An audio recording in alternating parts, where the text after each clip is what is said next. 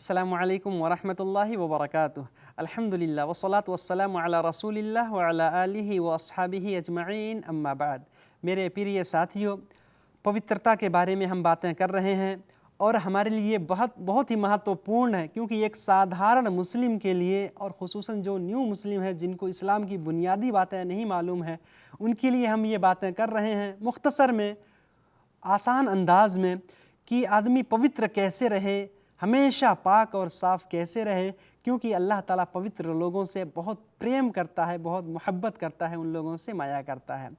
तो जो ये अपवित्र चीज़ें हैं, मैं इसके बारे में कुछ बातें आपको बताऊंगा और फिर उससे हम कैसे पवित्रता प्राप्त कर सकते हैं, ये बातें हम सीखेंगे।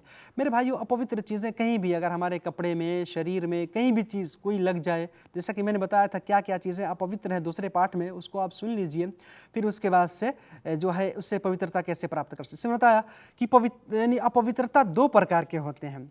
नंबर एक, छोटी अपवित्रता यानी छोटी नापाकी, और दूसरे नंबर पे बड़ी अपवित्रता यानी बड़ी नापाकी। तो छोटी अपवित्रता अगर किसी को हुई है तो आदमी वज़ू कर लेता है, पवित्र हो जाता है, पाक और साफ़ हो जाता है, नमाज़ पढ़ सकता है, काबा का तवाफ़ कर सकता है। लेकिन अगर बड़ी अपवित्रता उसको हो गई है तो फिर उस टाइम में उसको स्नान करना पड़ेगा, नहाना पड़ेगा, तब वो आदमी जो है पवित्र होगा। अपवित्र चीज़ें क्या क्या हैं? तो सबसे पहले हम ये जान लें कि इंसान के गुप्तालिंग से, गुप्तांग से, आगे के रास्ते से या पीछे के रास्ते से कोई भी चीज़ निकले तो आदमी अपवित्र हो जाता है। जैसे पेशाब किया, पखाना किया या हवा खारिज हुआ तो अपवित्र हो गया, लेकिन इससे उसको छोटी अपवित्रता होगी, बड़ी अपवित्रता उसको नहीं होगी। वज़ू कर लेगा, पाक हो जाएगा। लेकिन अगर उसने स्त्री संभोग किया, स्त्री प्रसंग, अपनी बीवी से हम बिस्तरी की और मनी निकल गया किसी भी तरीके से, बीवी से हम बिस्तरी करने से, स्त्री संभोग करने से, या सपने में सोया था, ख्वाब देखा, फाल हो गया, इसी तरह से और किसी तरह से अगर मनी खारिज हो गया, वीर्य निकला, ये गाढ़े किस्म का तरल पदार्थ होता है जो इंसान के अगले शर्मगाह से, अगले गुप्तांग से निकलता है, तो इंसान को बड़ी अपवित्रता हो जाती है, उसको वहाँ पे फिर नहाना पड़ेगा, उसको नहाना पड़ेगा। लेकिन अगर मनी ऐसे वदी निकल गया या मज़ी निकल गया, वदी कहते हैं जैसे इंसान बहुत काम वासना की हालत में है, शहवत की हालत में है, बीवी से बातें कर रहा है और तीव्र गति के साथ फिर वो यानी शहवत और काम वासना की अवस्था में उसके लिंग से जो है तरल पदार्थ, पतले किस्म का लहसदार मादा निकलता है, जिसको वदी क्या कहते हैं, मज़ी कहते हैं, मज़ी कहते हैं। मज़ी निकला तो आदमी जो है वज़ू करेगा।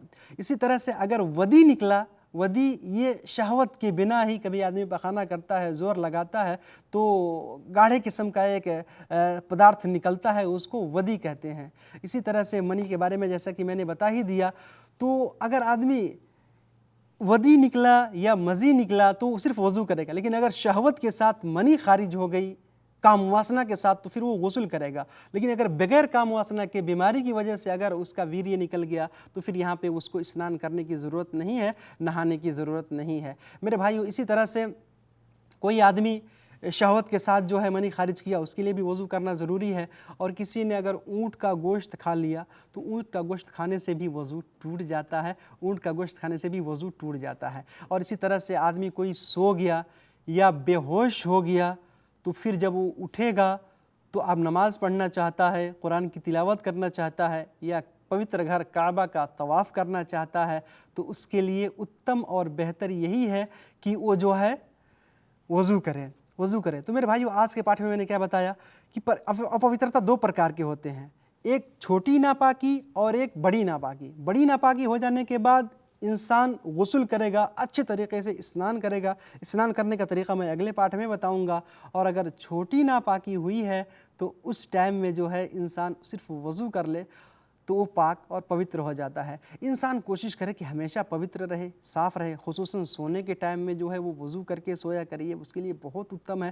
यानी छोटी अपवित्रता और बड़ी अपवित्रता दोनों से वो सदैव पाक रहे, साफ़ रहे और हमेशा जो है अल्लाह की इबादत, अल्लाह का स्मरण करता रहे, क्योंकि उसके लिए बहुत उत्तम है, बहुत महत्वपूर्ण है। ऐसा इंसान करेगा तो ऐसा बंदा अल्लाह का बहुत प्रिय भक्त हो जाता है, बहुत महबूब बंदा हो जाता है। इसी वजह से मेरे भाइयों, हमको भी सदैव पवित्र, पाक और साफ़ रहने की कोशिश करनी चाहिए। अल्लाह ताला हम सबको नेक अमल की तौफ़ीक़ दे। आमीन। वस्सलामु अलैकुम व रहमतुल्लाहि व बरकातुहू।